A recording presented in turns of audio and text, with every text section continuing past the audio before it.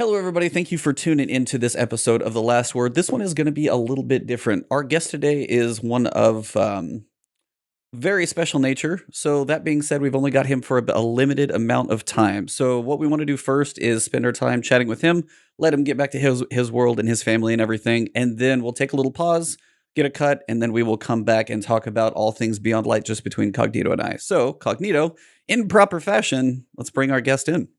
No doubt. All right, we're live, y'all. Welcome to The Last Word, episode number 128. And it's a glorious Thursday. Thursday, that's true. And we're back in front of the campfire for some more looter shooter discussion. I'm extremely excited about our special guest, so we're going to get right into it.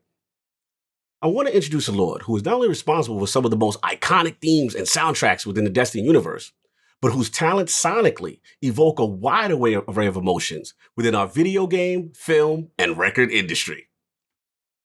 Introducing the music director / composer at Bungie and co-founder of the Sound Chemistry record label, the Lord of music production and sound design, all the way from the drums of Halo Reach to the frigid sounds of Europa and the Deep Stone Crypt.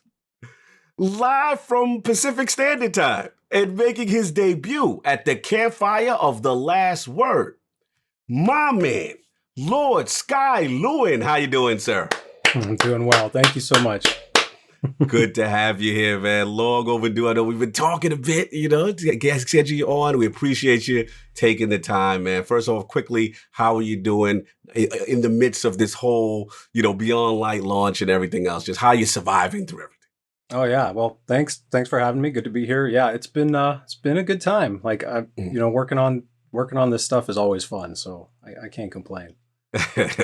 Nice, man. So we're gonna hit the ground running because we know time is limited. So E, you want to set it off? Should I set it off? How you want to do, sir? E, you're muted. Of course I'm muted. Why wouldn't we?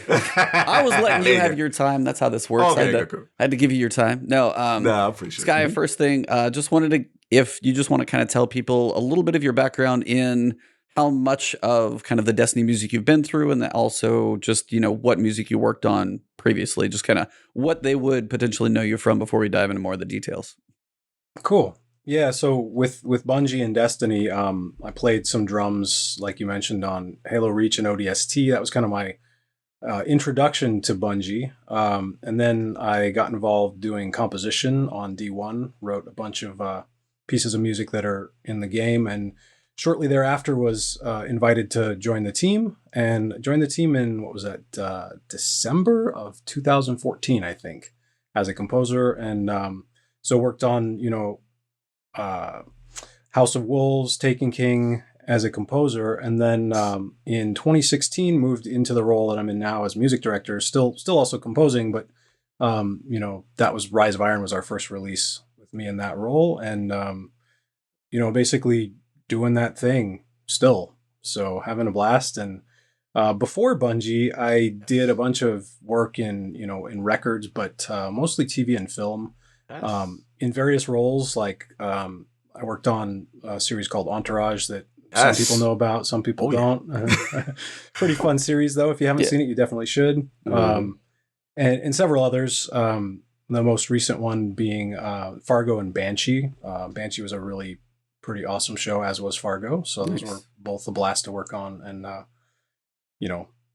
kind of a bit of everything. So cool. Actually, you transitioned right into one of my questions, which is in reference to that, because you got this vast, like, diverse career, in my opinion. And like when I seen, the things you worked on, again, like you said, CSI Miami, Entourage, one of my favorite shows on HBO, and even I believe the Karate Kid, the remake. So what I was gonna say is, how does that differ for you musically in comparison to what you do now as far as like in the game industry? Well, there's two parts to that answer. Let's see. So first, the role, like in TV, like Entourage, there's not a score. It's all songs. So my role in that was as a music editor, and that's a very different thing than composing music. I did compose a little music that was in that, but they were tracks, you know what I mean? Not like score. Mm-hmm. But for a show like that, the score is made up of songs. And so taking a piece of existing music and molding it to fit a scene and score a scene is a whole different skill set than actually composing music, because composing music is more about identifying and conveying an emotion, whereas taking a piece of music but you have less control over that. And so it's more about where you place certain parts of the music under the scene. And I could go on for much longer about that. So that's why you're here. We want to get the behind the scenes. We're learning from the legend today. Get the inside baseball of the music world. Exactly. But yeah, I mean, I suppose when it comes to composition, especially for video games, it's a different muscle. Like composition in general is very much about that emotion and emoting, conveying an emotion and making sure that emotion matches and supports and enhances the media that it accompanies. And with a video game, it's not linear. It's never the same twice through. I mean, there are exceptions like cinematics and, cutscenes, etc. Those things, they are like mini versions of TV or film. But with the gameplay itself, the music has to be able to survive in any number of different experiences. So every time you play it, it's going to play back differently, and being able to track that and follow that is necessary. And that's one of my favorite parts about working in games and non-linear media, is having to think about that and build the music in a way that can accomplish that, but still convey what you want to convey as a composer, and still convey the right emotions in the right places. And TV and film, it's very much like, this thing's always going to be here. Gotcha. There's conforms, and you're changing the way the music fits against picture as the picture evolves. And, there are things that have to happen in that medium to polish it and, get it to the state it needs to be in when it goes out. But that state is a moving target in games, and I love that. It makes it a whole other type of challenge. Very, very more dynamic, I would assume. Yeah, exactly. Absolutely. E, what you got, man? Yeah, I mean, that just kind of takes into the next piece, and that's why when you talk about games, you have to think of, especially Destiny being an open world game. You drive around, you could go into a lost sector, you could boot off a mission. It's not like, you picture an old game, you're like, oh, you play through a level and it may loop a track or do some variations, you close a mission, you go to the next one. Very distinct start and stops. You could roam around on any planet in Destiny for a while and get different themes that play, different tones that come in.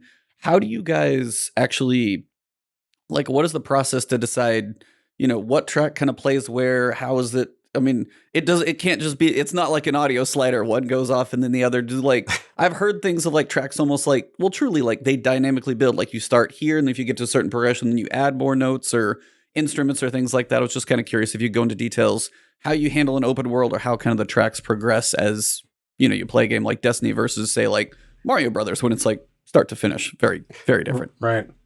Well, I mean, there is an aspect of that, the activity, the campaign activities have more of that Mario Brothers sort of feel, where it is a start to finish thing, but there can be hybrids where it's a little bit of free roam in moments, or you hit a certain spot and you could go off and get sidetracked doing something else and then come back to your goal. And being able to support all that is kind of part of that dynamic nature of games that I was talking about. But yeah, I guess without getting too into the details that I shouldn't talk about, I think that we don't want to get you in trouble. Only safe stuff. Yeah, for sure. Yeah. There's music. Good answer. Fair enough. For real though, it's each destination will score with what we will call a palette internally. We'll say, okay, this destination needs to convey these things. We want to make sure these emotions and this feel is in the score, or comes across to the player. And so the score is built with that in mind for a destination, but then there are activities that happen in the destination that may deviate from that. And so we have to plan for those things and score those things. And then getting from one to the other in a musical way that transitions and doesn't sound bad is part of it.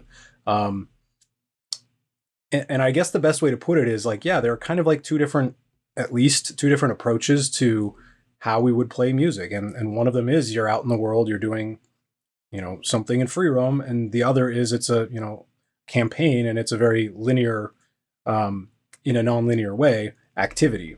And so within those two, we have several ways of approaching it. And probably won't get into that in too much detail, but hopefully that answers your question at least. No, that's fine. Actually, you actually answered about two parts of the question, two different questions I was going to ask you, which is cool. Which one was, you know, hearing you, Michael, and the team always reference like the Destiny gravy, so to speak. You know what I'm saying? Like what concocts it and how that, and I think you did a good job of kind of explaining, you know what I'm saying? Again, you have, like you said, the Mario Brothers stuff, which is the campaign, which is set, whatever, but then there's things that it's an open world and stuff like that. But the thing that really impressed me was, I think, something you said at GDC way back, Game Developers Conference, and how like Destiny's game engine is able to play music that changes dynamically. You know what I'm saying? So I guess the other part of this that I wanted to ask you was that, as far as the input, right?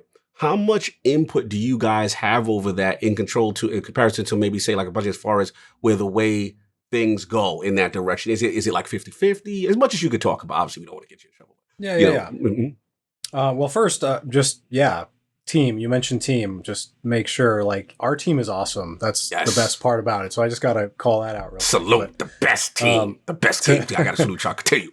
Yeah, no, the people that we get to work with are all phenomenal, and none of this would be any good without the people. So I'm glad you mentioned that. I just had to pause there. But yeah, to answer your question, yes, we have a good amount of control over that. And yeah, the GDC talk you're referring to kind of went into some details on that, and I can kind of recap them.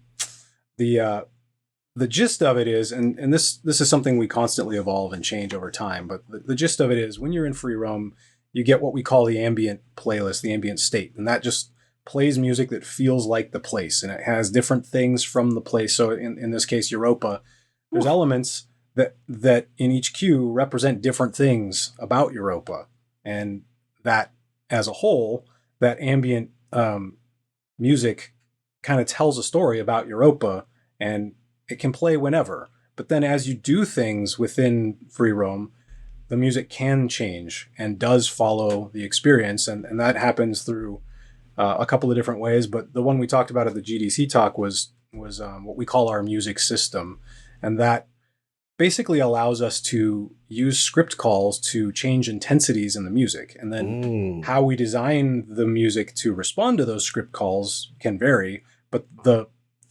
basic output is that when you hear a certain change in the music, it's following a script call that might say, oh, do this here, and then we get to this moment in this activity, do that, or maybe it's stop, or maybe it's go back to ambient, or, you know, it could be any number of those different things. But the idea is that it's sort of a bridge between being purely in the ambient state musically of free roam and a fully curated campaign like a Haymaker or something. It's in the middle of those, and we can transition from one to the other through this system, and it gives us the ability to kind of support the gameplay in a way that still feels like Destiny.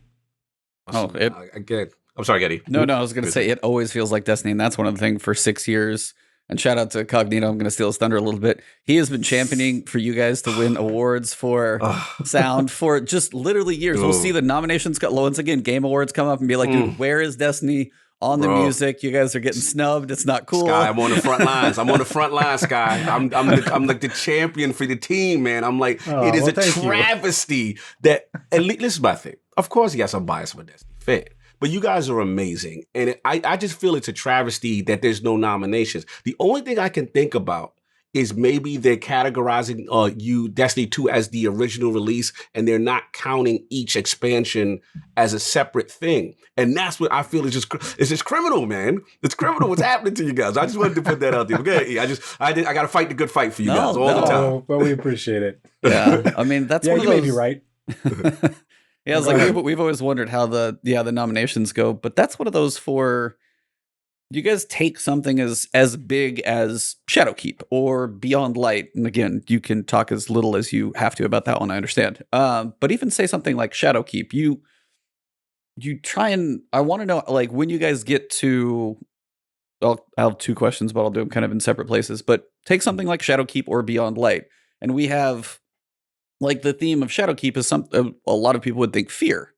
Like fear is in the theme, the underlying tones that you guys have in the music, and it could take like 3 notes, and some of the notes you guys hit just make like the hair stand up on the back of your neck, which is really good for you guys doing your job insanely well. But it was like, if somebody's just like, hey, this is all about nightmares, if somebody gives you just that as like, do they, when you go to start composing, do you get something like, hey, we're working on this next expansion, it's got something like nightmares in it? What does that start doing in your head, and where do you start going with something even as vague as that? Or is that how the process even gets to begin for you? Or do you come in the process like, you know, the whole story about Eris, the pyramid, and all this other stuff? When do you start getting involved, and then what happens as soon as you do? Okay, so yeah, first I'll just say, yeah, maybe the expansion thing has to play some part in that. I don't know, but I appreciate you rooting for us. I got you. Yeah, as far as getting involved with the process, I mean, that's the best part about being in a studio and working the way we do, is we're involved like from the beginning, and it's very collaborative. We generally know what the story is shaping up to be when we start, but it may not be finished, and so we're often kind of tracking the changes as they evolve. And we might start with, you know, like Rise of Iron's a perfect example. We had 1 piece of concept art and 5 key words. And so the theme that came out of that was really targeted at something that we thought we understood based on those 6 pieces of information.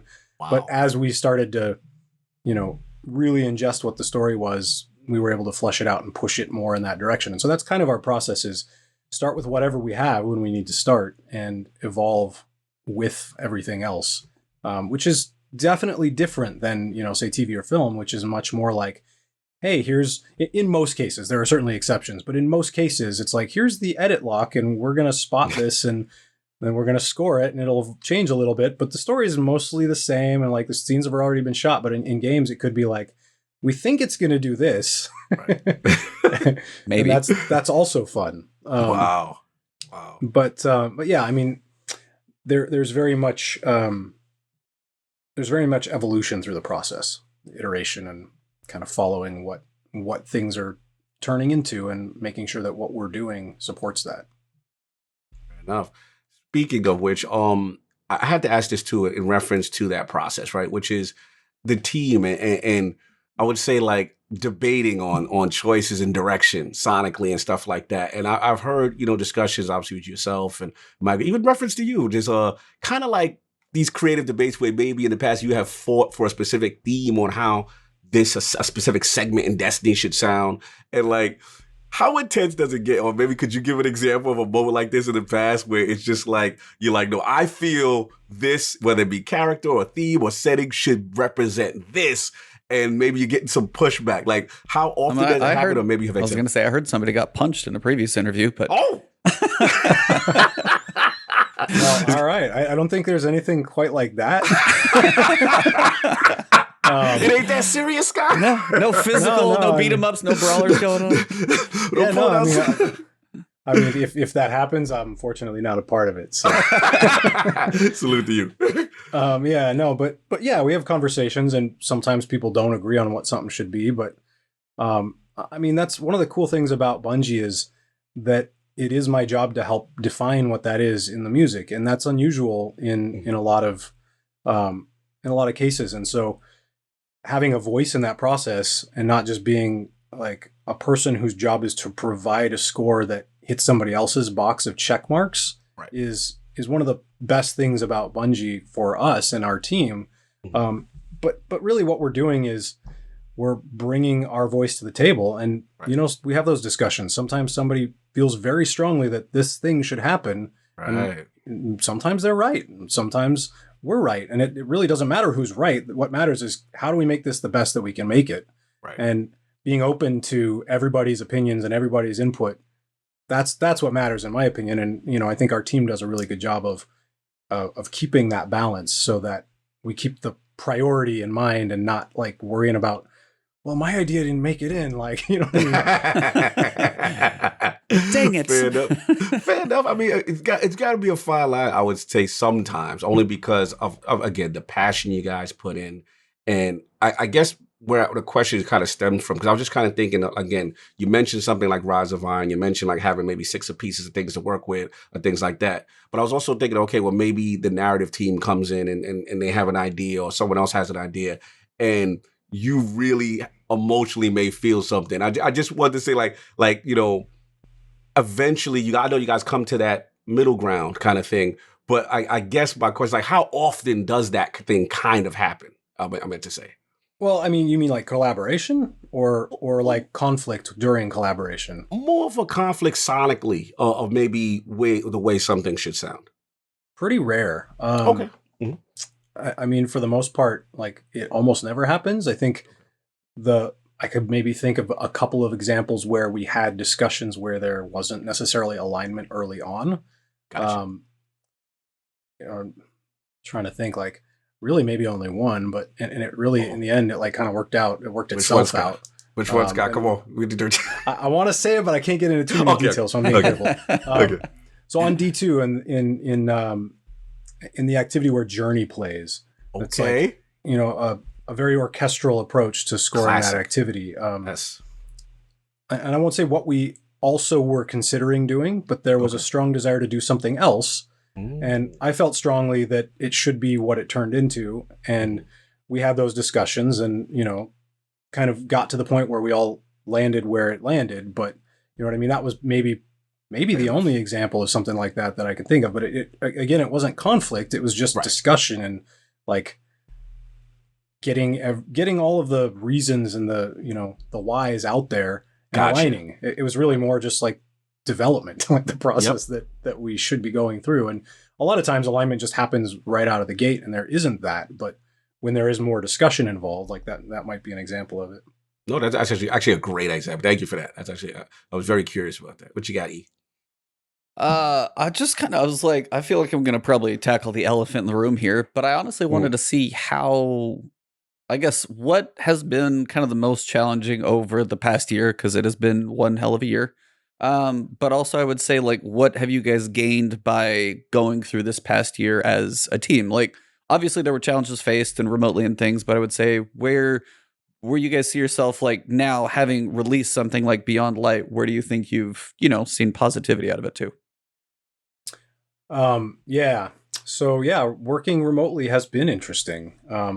Certainly things that are more difficult, especially when there's large amounts of data involved.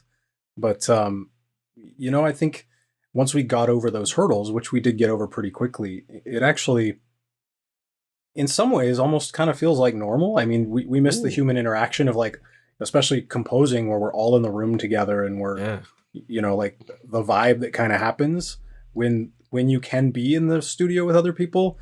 It still happens over like a virtual meeting, but it's not quite the same. You know what I mean? That's the same with Zoom. But yeah, I mean, I think if anything, that's probably the thing I miss the most is the in-person interaction and the magic that can happen. I mean, is it almost kind of like without any plan, like a garage band jam session? Sometimes if you guys are working on something, get into a rhythm. Is it almost like that for you guys? Yeah, no, you could call it that. I mean, like sometimes it's like, hey, I have this idea, come listen to it. And then that turns into like, ooh, ooh, ooh. And then like, you know, 3 hours later without really meaning to, we walk out and we're like, ooh, this is going to be cool. Sorry, I missed that meeting. You know, every once in a while, something like that happens. And letting that magic happen is really key. And it's harder to do when you're remote, but it still happens because, you know, just virtually tell someone, I got to skip this meeting or I'm going to be late or whatever. Yeah. Zoom call somebody at 3 a.m. Dude, I had a note pop into my head. We have to talk. Oh, no. The 3 a.m. thing is real. Wow. Okay. I was joking. Okay. I mean, who woke who up? not usually like calling each other, but like, you know, people might wake up at 3 a.m. with an idea and sketch it out just so that we don't forget it. Because, you know, you go back to sleep and you wake up and you're like, oh, what was it? I should have recorded it or I should have like written it down. And so we're pretty good at that. I mean, Mike just did that recently. Like, wow. And it was actually 3 a.m, which is why I thought it was funny that you mentioned that. That's like the time most people are sleeping, but for you guys working all hours, you could be awake. You never know. So, or you're sleeping and you have an idea and you got to wake up to write it down. That's kind of awesome. So, is there like a notepad next to all of the composers' beds at all time to be like, I got to write it down? That I don't know, but I have one. Yeah. Nice. Cog? Yeah, man. No, good question. I mean, I really definitely wanted to harp on that because, you know, one of the things, you know, obviously interviewing a lot of developers, interviewing different people in the games industry, you know, we forget, you know, being in a pandemic, and the things that I was told obviously was motion capture.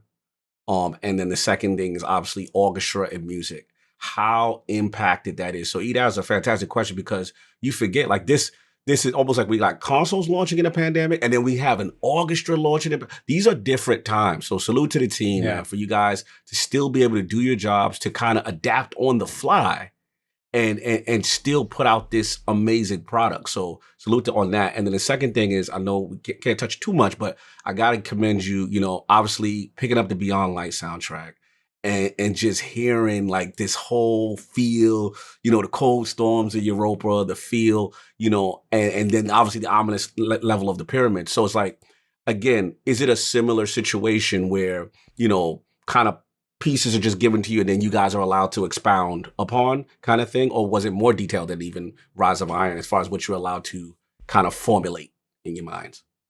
No, I mean, it's pretty much always like we get the information about what the destination's going to be, what we're trying to tell the story of there, what the destination looks like. And even if that's not finished when we start, we kind of, like I said, track it as it grows and as it becomes what it's going to be. And so our job is to represent that in the music. And, you know, however that comes about can be different on each release. Sometimes we have more information earlier, or sometimes we have less information earlier, or sometimes, you know, every release has a different set of circumstances, I guess. But it's always our job to define what it's going to sound like musically. And that's, that part doesn't change, I guess. Nice. Yeah, tremendous standouts for me. I want to give you guys a couple shout outs. Beyond Light, the actual intro track, fire. Awesome. Love it. I believe that's you're first credited, I believe, right? With that one, right? As far as I mean, like everything's a team effort. Like the way credits go, like we'll often credit somebody first if it's like, oh, the melody that's in there, they started it. But even if somebody starts something, usually everybody's got their hands in it to some degree. You know what I mean?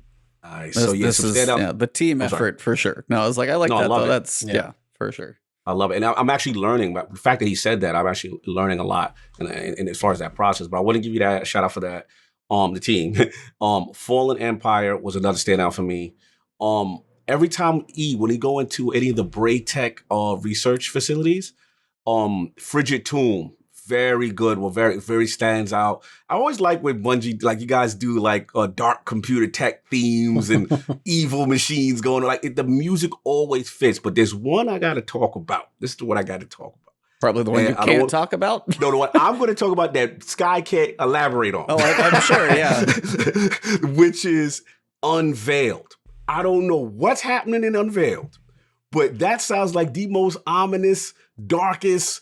Guys, if you guys got the soundtrack, Unveiled. I don't know what's going on. I'm scared of what we're going to face when that track, whatever that track is. I haven't heard it in the game yet. So whenever that hits, oh boy. I want to shout you guys out for that. Well, cool. I appreciate it. Yeah, I won't spoil it then. Yes, correct. Good. But salute, man. Again, just a very ominous, foreboding, you know, this whole, it almost feels like a boss fight, but I really want to shout you guys out because this soundtrack is really, really solid, man. I'm really enjoying it, and I got a chance to really deep dive with it. So salute to the team, man. Love what you guys did with this one. Right on. Thank you so much. Yeah, I'll make sure and let them know. Absolutely. What you got, E?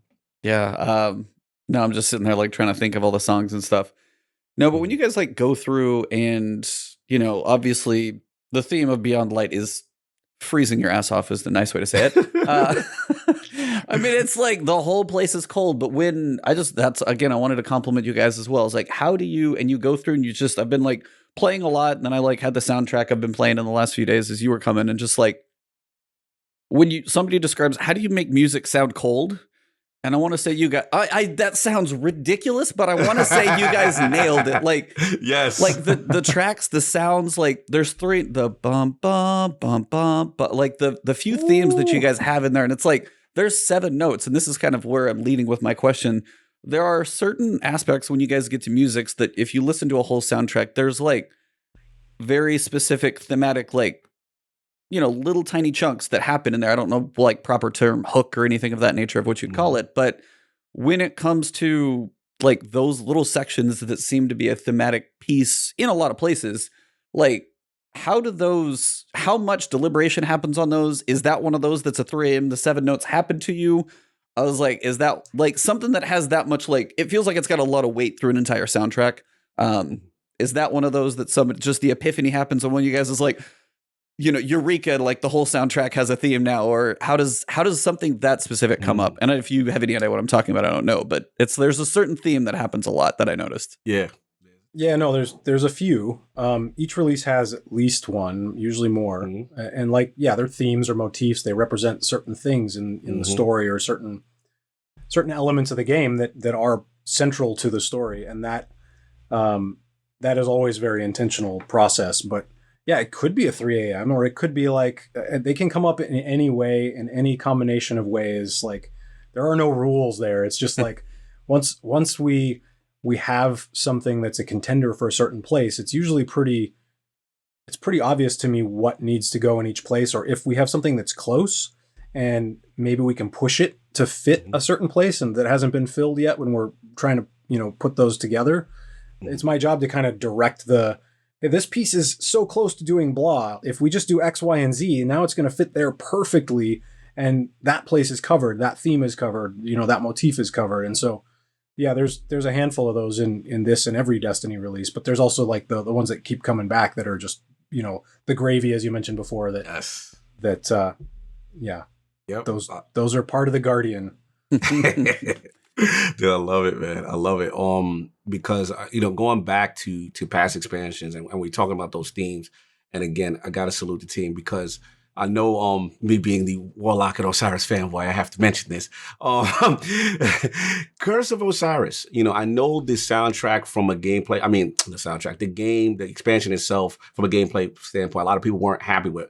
But from a musical standpoint, this thing was amazing. And one thing I got from it, very Egyptian, there's a track particular that really resonates. It's called Tree of Probabilities. And this thing is like angelic to me. It is amazing what is going on, right?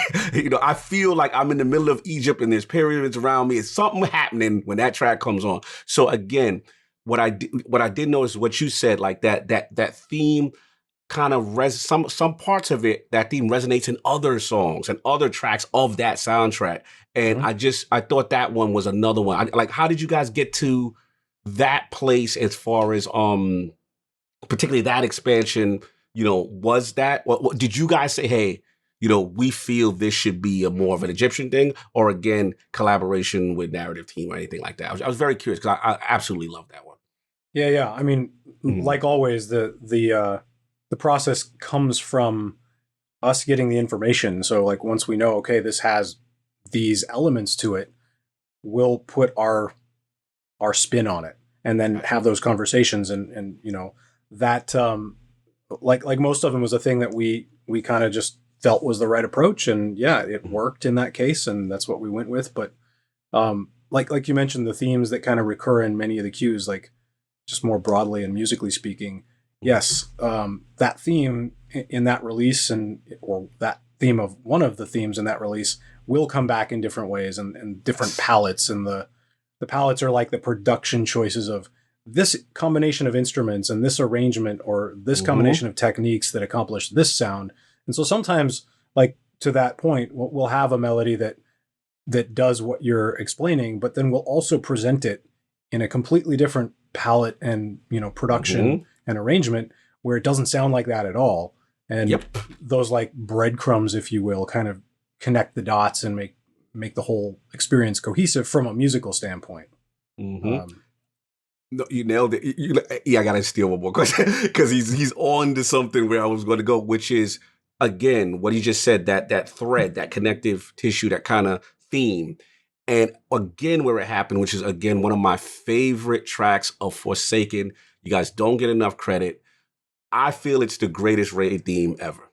When I heard this track, it was Forsaken. I believe this track's called Shell of What Was. when that thing, when that hits, it's on. Like that, man. So and not only was I was like blown away from it, then Well, I that's heard the Queen's like Walk, isn't it? yeah, whatever. Okay, I think yeah. on the soundtrack it's called that. I Then was like, think where it Scarrow- is yeah. Yeah, Yep. it's called Queen's Walk. So Shelby was Queen's Walk, but then there's also a piece of that. And shout out to Fortes if he's in the chat. When you play Gambit, and you know get drifters talking, and it's that same theme. You know what I'm saying? Dun, dun, dun, dun, dun, dun. I absolutely. That's one of my favorites. Shout out to everybody involved with that one. Greatest rave music. Period. I'm on the edge of my seat. Salute. Right on. Well, yeah, like I said, thanks to the team. I mean, we have a great group of people that we work with, and none of what we do would be what it is without them. So, salute, man. So, Great like, job, one of mine Jay. is kind of asking, like, what is your kind of asking like a process piece to understand, like, when you go to write a piece of music, and you may not have done Whisper, but I have to mention Whisper because that is such a unique whole ball of wax in there, because the tone, the ominousness, the color, like that whole thing was put together, and that's like a one-off too for you guys when you get to do that. Like, you're like, here's one mission, not like a whole expansion. Here's one mission, very unique from a lot of things. When you go to start, like, you know, writing that piece of music, the themes, the like behind the scenes tunes and stuff that are going on in there, where do you start? Is there like instruments you start messing with first? Do you want to work on like the little, like a little melody part and build around that? Like, where do you begin, and what's your process to like just build a piece of music? I know that's the cliche of what's your process, but yeah, it's like, I know. Yeah. The answer is yes. It happens in every possible way you could think of.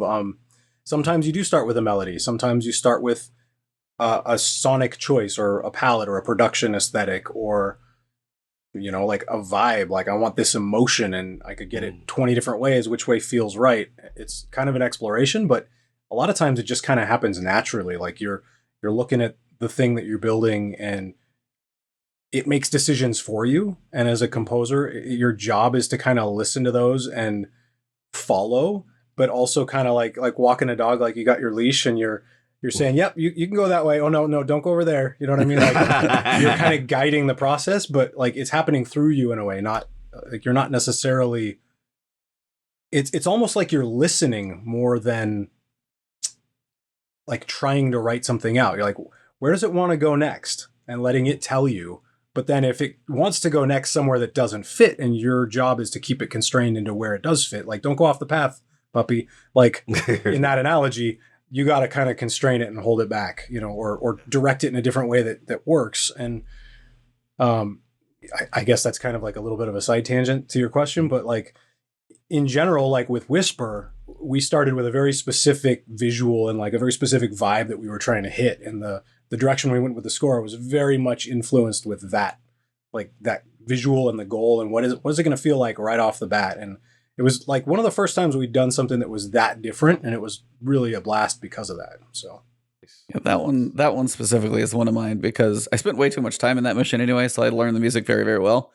But just the fact that it was so different from so many things, the like Zal talking to you occasionally in the background, and just like the like longer like bass notes that would kind of come through and just kind of linger for a little bit. Just so much in that one was just like a stark contrast from like, hey, it's all bright on, and it's just instantly dark in this like sideways angular cave. You're trying to understand, you're trying not to die, and then like in the background, like and that's why I like what you guys, the way you said that is, any song that you guys put into the game, wherever it goes, in Whisper, a raid battle, a strike, a lost sector, wandering around the world, it tells a story. And that's like the story and the journey that we get to go on when we hear some of the music that you guys put together. The game would be empty without it. It has amazing gunplay. Like, tell everybody at Bungie, we love all their work. There's no question.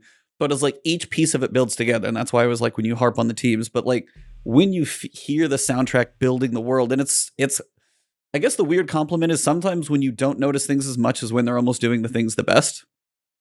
Like, the music is doing what it's doing so well that I'm not like, oh, this note I heard. It's like, no, like I feel like I'm in a weird area, and the feeling comes from everything coming together.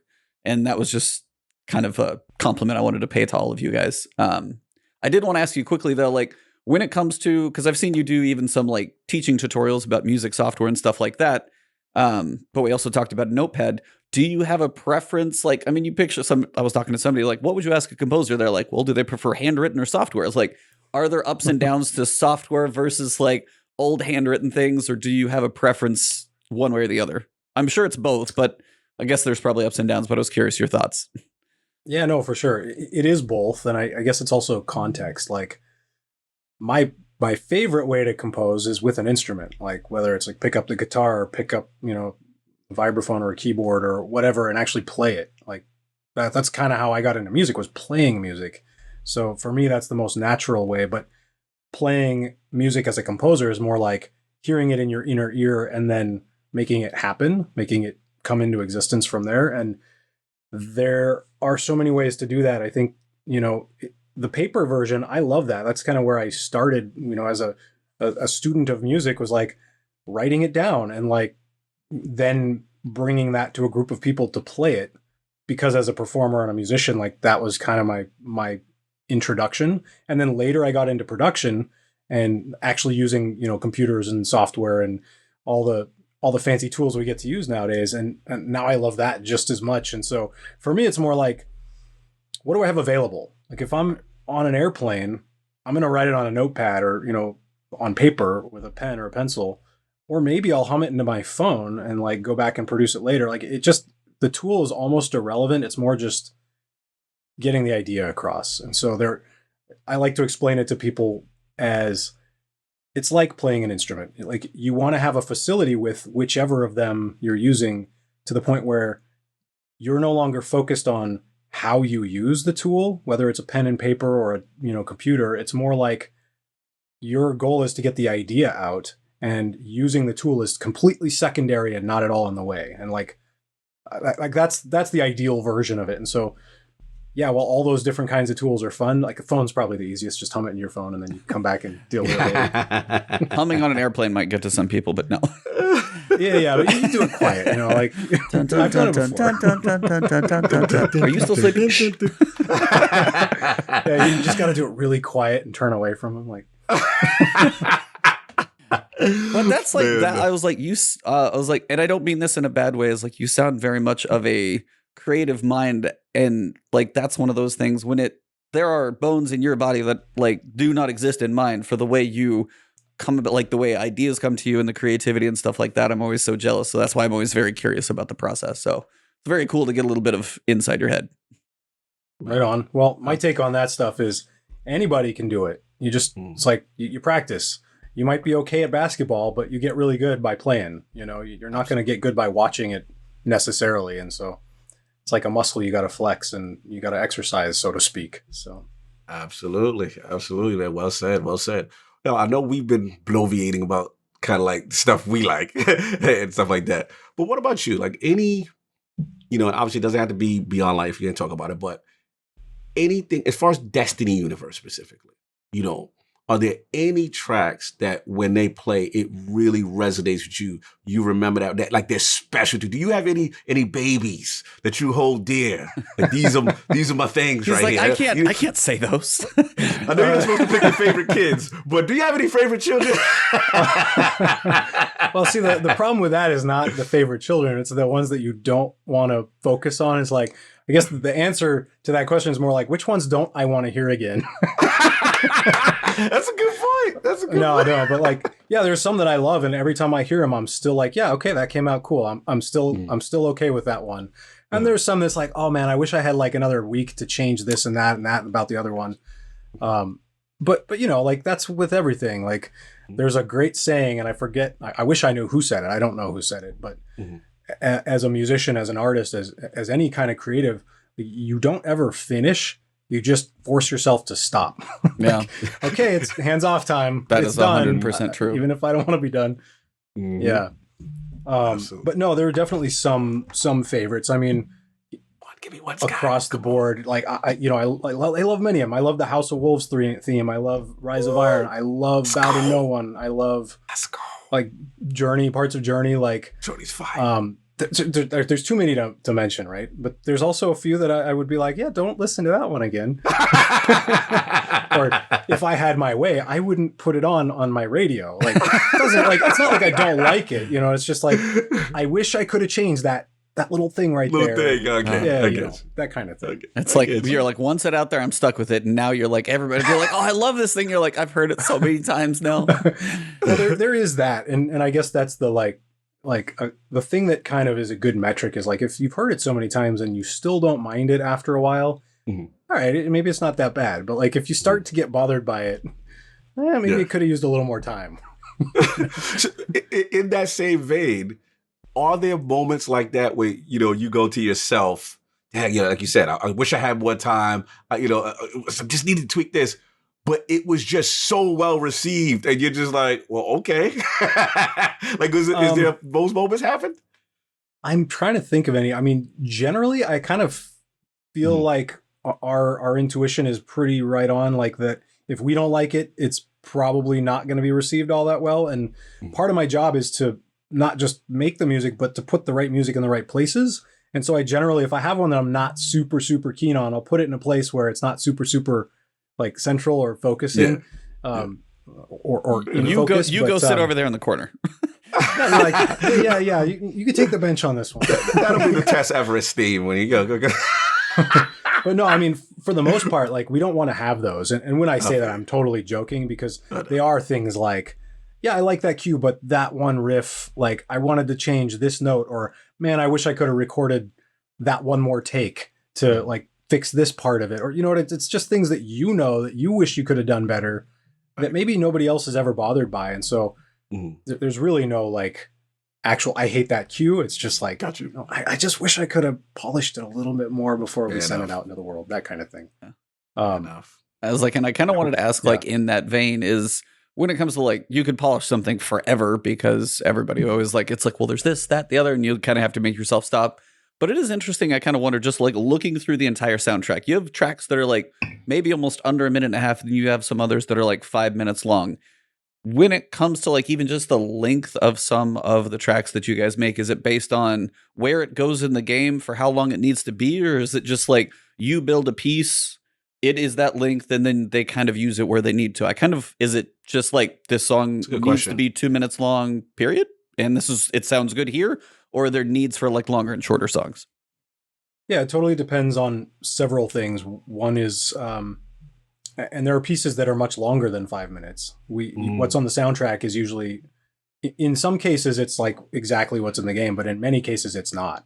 In most cases, it's not. It's usually curated for the soundtrack, which may mean shortened or abridged or edited.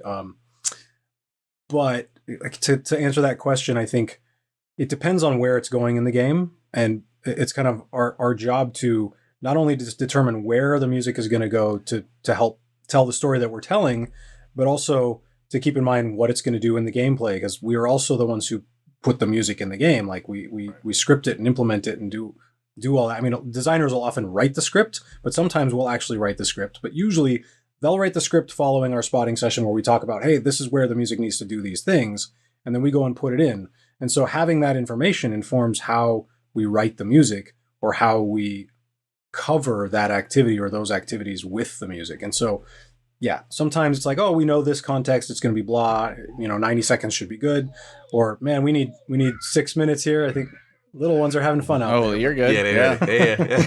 I know we're up against the wall. Yeah, it's almost bedtime for them. That's fair enough. No, this is real cool. Just understanding, like I said, that process and stuff like that. And just like I said, just looking at your journey and seeing where you came from, as far as in the games industry specifically, it's pretty impressive. So you actually went back to drums on this project, correct? Yeah.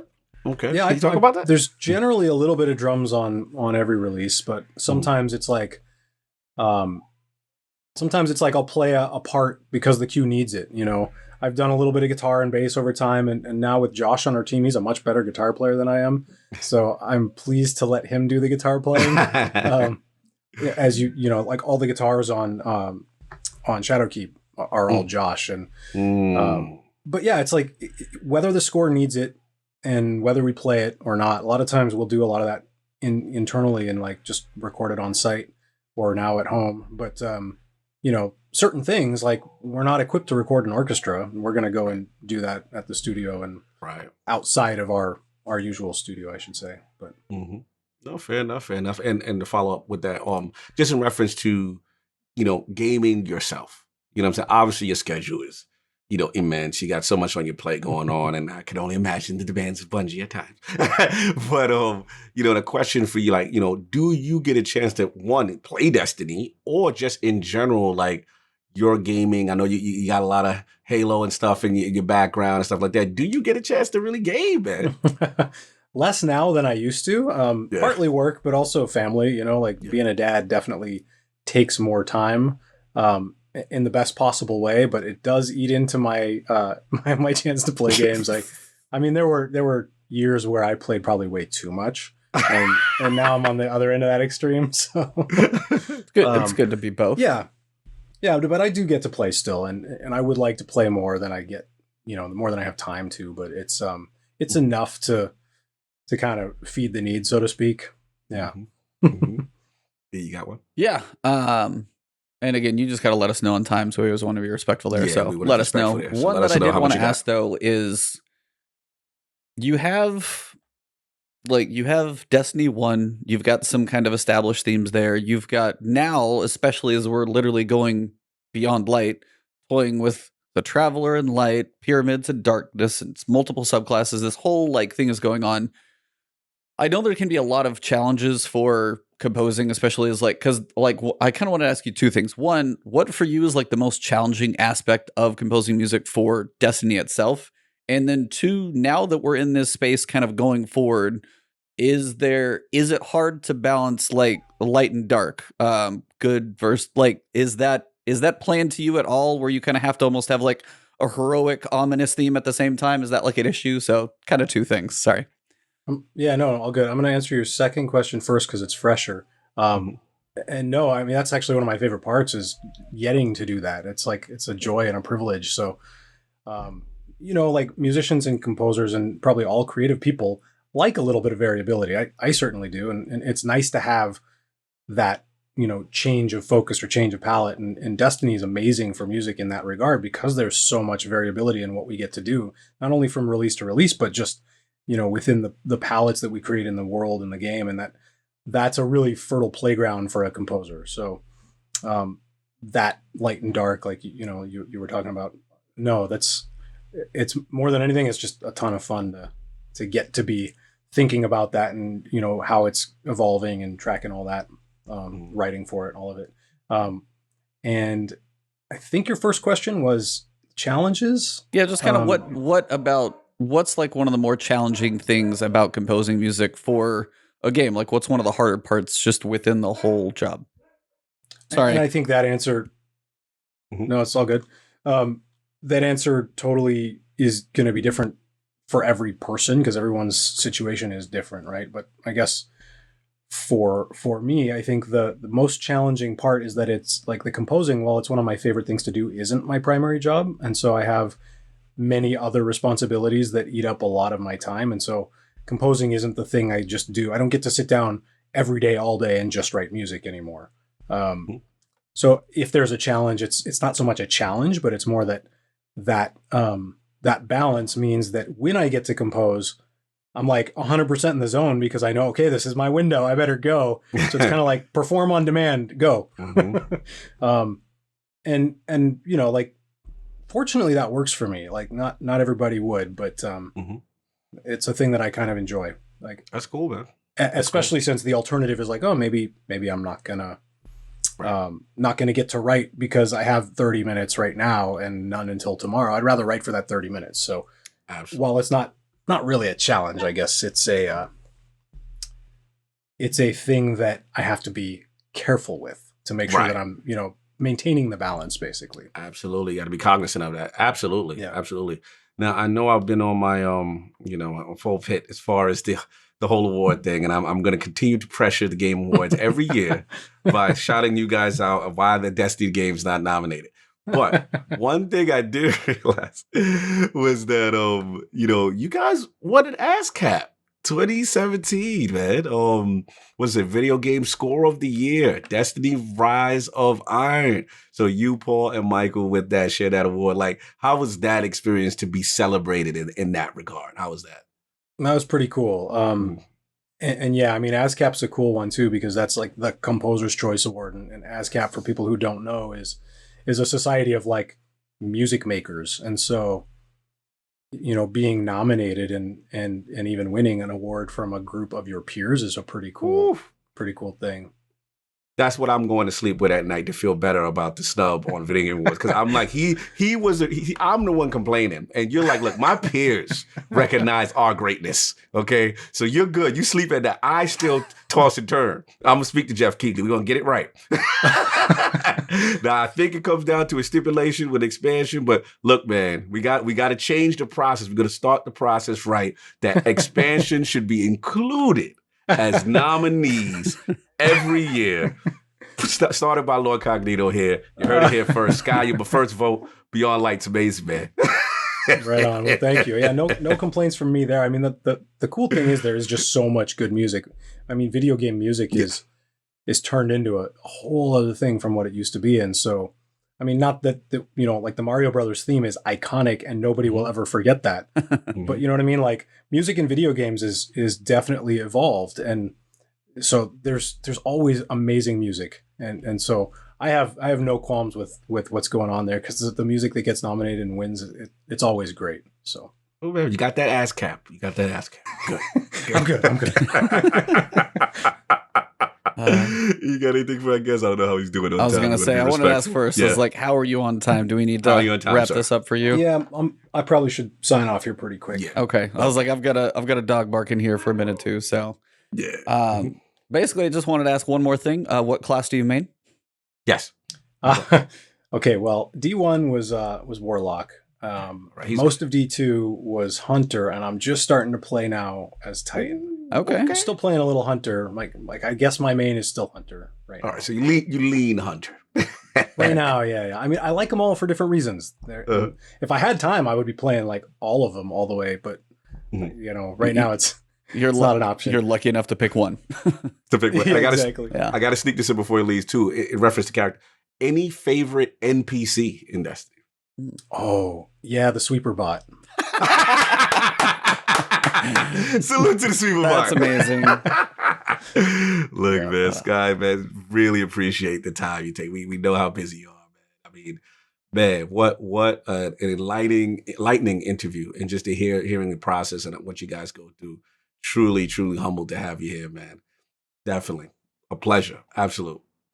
Likewise. Thank you guys for having me. Oh, appreciate it. Believe me, it was ours. Maybe next year, whenever Witch Queen comes out, we'll rack your brain about what's going on in the world. Hopefully, it's a different state by then. But